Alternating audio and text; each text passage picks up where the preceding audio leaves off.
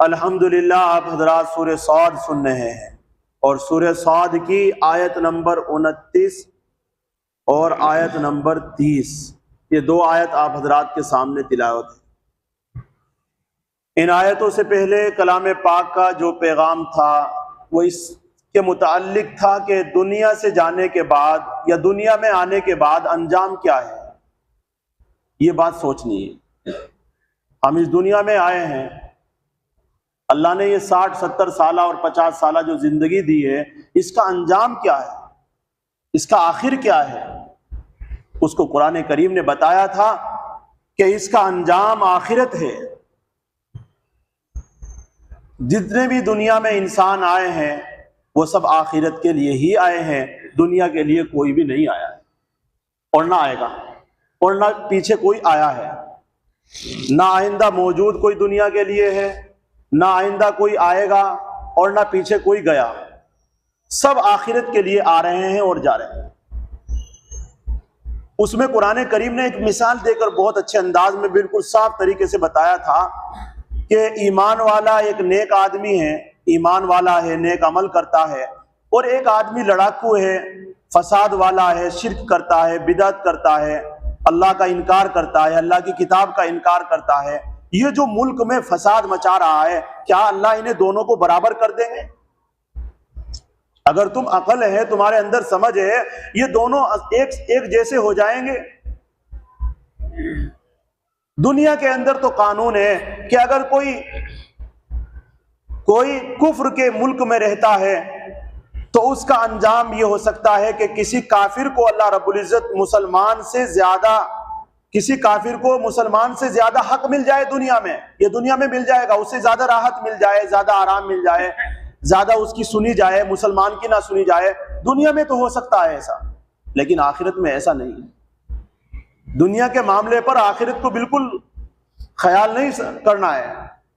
और ये बात भी फरमाई थी कि क्या परहेजगार, अल्लाह से डरने वाला आदमी और अल्लाह से न डर जो आदमी है, क्या दोनों बराबर है? दोनों एक जैसे हैं? भला एक अल्लाह से डरने वाला बंदा है, अल्लाह के सामने रोता है, अल्लाह की इबादत करता है, और एक अल्लाह से दूर दूर रहता है, तो मालिक से दूर रहने वाला और करीब रहने वाला दोनों बराबर नहीं हो सकते हैं। ये तो दुनिया में भी देखते हैं। अल्लाह रब्बुल इज्जत ने उसके लिए ये बात समझने के लिए अल्लाह कहते हैं किताबुन, ये किताब है, ये कुरान जो क्या है, यानी जब अल्लाह ने दुनिया के अंदर इंसानों को भेजा है और अच्छे बुरे को एक जैसा नहीं करना है, अल्लाह को अंजाम के एतबार से न डर, गुनाहगार और मुत्तकी परहेजगार को एक जैसा नहीं करना है, तो इस चीज के समझने के लिए और इस बात को बताने के लिए जरूरी ये था कि अल्लाह कोई अहदनामा हमारे पास भेज दे। इस बात को समझने के लिए ये बात जरूरी थी कि अल्लाह हमारे पास कोई अहदनामा भेज दे। अल्लाह ने वो अहदनामा किताब की शक्ल में, कुरान की शक्ल में आप तक पहुंचाया है और मेरे तक और पूरी उम्मत तक पहुंचा दिया है। और अल्लाह उसी को कह रहे हैं किताबुन, ये किताब, ये कुरान है। यानी जब नेक और बद का अंजाम एक नहीं हो सकता तो जरूर था कि कोई किताब हिदायत माआब हक ताला की तरफ से आए जो लोगों को खूब माकूल तरीके से उनके अंजाम पर आगाह कर दे। जरूरी थी ये बात। चुनांचे इस वक्त ये किताब आई है जिसको कुरान कहते हैं, जिसको कुरान मुबीन कहते हैं, जिसके अल्फाज, हुरूफ, नुकूश, मानी, मज़ामीन, हर चीज में अल्लाह ने बरकत रखी है। इसके अल्फाज में भी, इसके नुकूश में भी, ये जो लिखा हुआ है इसमें भी बरकत है, इनके एक एक लफ्ज में बरकत है, कुरान के मानी में बरकत है, कुरान का जो मजमून है, जो आपको समझाया जा रहा है, इसमें भी बरकत है। उसी को कुरान कहते हैं, उसी को कह रहे हैं अल्लाह रब्बुल इज्जत मुबारकुन किताबुन अनज़लनाहु, ए पैगंबर इलैका, हमने आपकी तरफ एक किताब लोगों को अंजाम से आगाह करने के लिए हमने भेज दी है, उसे लोगों को सुनाओ। मुबारकुन, कौन सी किताब? जो बहुत बरकत वाली है, बहुत बरकत वाली है। और फरमाया और जो इसी गर्ज से उतारी गई है कि लोग उसकी आयत में गौर करें अकल रखने वाले उसकी नसीहतों से मुंतफे हों। चुनांचे इस आयत से पहले ही आयत में देख लो कि किस कदर साफ, फितरी और माकूल तरीके से मसला माद को हल किया है कि थोड़ी अकल वाला भी गौर करे तो सही नतीजे पर पहुंच सकता है। शायद तदब्बुर से कुव्वत इल्मिया की और तज़क्कुर से कुव्वत अमलिया की तकमील की तरफ इशारा है। ये सब बातें हजरत दाऊद अलैहिस्सलाम के तज़किरे के ज़ेल में आ गई थी। आगे फिर उनका किस्सा बयान किया जा रहा है। उसी को कह रहे हैं मुबारकुन, ये बरकत वाली किताब है, लियद्दब्बरू आयातिही, चाहिए कि इसकी आयतों में लोग तदब्बुर करे, गौर करे, वलियतज़क्कर उलुल अलबाब, और अकल वाले इसे समझे, यानी जिनको अल्लाह ने अकल दी है वो समझे। हजरत हसन बसरी रहमतुल्लाह अलैह कहते हैं, हसन बसरी रहमतुल्लाह अलैह कहते हैं, फरमाते हैं कि जिसने कुरान के अल्फाज हिफ्ज कर लिए और कुरान पर अमल नहीं किया, उसने कुरान में तदब्बुर और गौर नहीं किया। और बहुत से लोग हाफिज आपको मिल जाएंगे, कुरान रट लेते हैं, हिफ्ज कर लेते हैं, लेकिन अमल से बिल्कुल कोरे हैं। तो वो कुरान पर गौर नहीं कर रहे हैं, सिर्फ रट लिया है उन्होंने। और कुरान करीम सिर्फ रटने के लिए, कुरान को हिफ्ज करने के लिए नहीं उतारा गया है, ये इस चीज के लिए नहीं उतारा गया है कि आप इसकी बरकत ले लो, अब कोई मर जाए उसके ऊपर आप इसे पढ़ करके हिसाने सवाब कर लो, इसके लिए कतान नहीं उतारा गया कुरान। आपके घर में बरकत नहीं, इसे पढ़ दो बरकत हो जाएगी, इसके लिए नहीं आया है। ये हमारी अलग सोच है कि कुरान को पढ़ दो, घर में सुकून मिल जाएगा, घर में ये राहत हो जाएगी, इसके लिए नहीं है।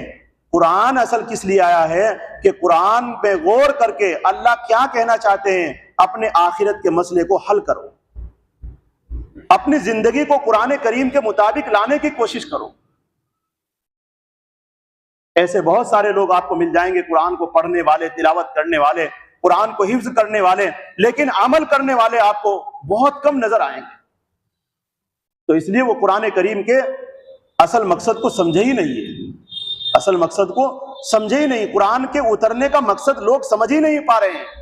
अगर समझते तो ये मस्जिद भरी हुई मिलती कि नहीं, कुरान का मकसद सिर्फ पढ़ना नहीं, तिलावत करना नहीं, तरावियों में सुनना नहीं है। असल कुरान का मकसद ये है कि कुरान क्या कहना चाहता है, किस तरफ तवज्जो दिलाना चाहता है, उसको कुरान ने कहा है वलियतज़क्करा उलुल अलबाब, अकल वाले लोग इसे समझे, अमल करे। लियतज़क्करा का मतलब यह है कि अमल करे, इस पर गौर करके किस रास्ते पर चलना है, कौन सा रास्ता कुरान बता रहा है, उसको अपनाएं। और आगे फरमाया वहाबना, अब इस बात को गौर करने के बाद आगे फरमाया, लोग कहते हैं कि हमने पूरा कुरान पढ़ लिया, लेकिन कुरान की एक नसीहत या कुरान के एक हुक्म का नमूना उनमें नजर नहीं आता है। लोग कहते हैं कि जी कुरान मैंने हिफज कर लिया, कुरान मैंने मुकम्मल पढ़ लिया। लोग आपको कहेंगे हमने कुरान रमजान में 5 पढ़ लिए, हमने 10 पढ़ लिए, हमने 2 पढ़ लिया। औरतें भी आपको कहती हुई नजर आएगी, लेकिन कुरान के एक हरूफ को भी वो नहीं समझती, कुरान की एक आयत को नहीं समझती है। क्या फायदा होगा? सिर्फ सवाब मिलने से मसला हल हो जाएगा आखिरत का? कि आपने की जिंदगी गलत चलती रही और आपने सवाब की गठरियां बांध रखी है, इससे मसला हल होने वाला नहीं है। सवाब कम हो, रास्ता सही हो, आप पहुंच जाएंगे मंजिल मकसूद तक। एक आदमी के सामने 2 रास्ते हैं, एक रास्ता मंजिल मकसूद तक जाता है और एक उसको गलत ले जाता है, तो क्या दोनों रास्ते पर चलकर पहुंच जाएगा मंजिल मकसूद के? इधर भी चलता है, इधर भी चलता है, तो क्या वो मंजिल मकसूद तक पहुंचाएगा? इसलिए उसको जरूरी है कि जो रास्ता मंजिल मकसूद तक पहुंचाता है उस रास्ते को अपनाए, और वो है कुरान के मानी पर गौर करना। सिर्फ कुरान पढ़ने से मसला हल नहीं होगा, कुरान तरावी में सुनने से मसला नहीं हल होगा, कुरान 5 या 10 या 20 पढ़ने से रमजान में मसला नहीं हल होगा। असल बात यह है कुरान क्या कहना चाहता है, कुरान का मकसद क्या है दुनिया में आने का, अल्लाह ने क्यों दिया है, इसको लोग समझते नहीं। आगे फरमाया, उसी को कुरान कहते हैं, आगे फरमाया वो वहबना लिदाऊद व सुलेमान, अल्लाह कहते हैं कि देखो हमने जो है एक बहुत बड़ी नीमत दाऊद को दी थी, सुलेमान बेटे की नीमत। कैसा बेटा? जो बादशाह बना है, जो हजरत दाऊद के बाद सल्तनत और बादशाहत उन्हीं को दी गई है।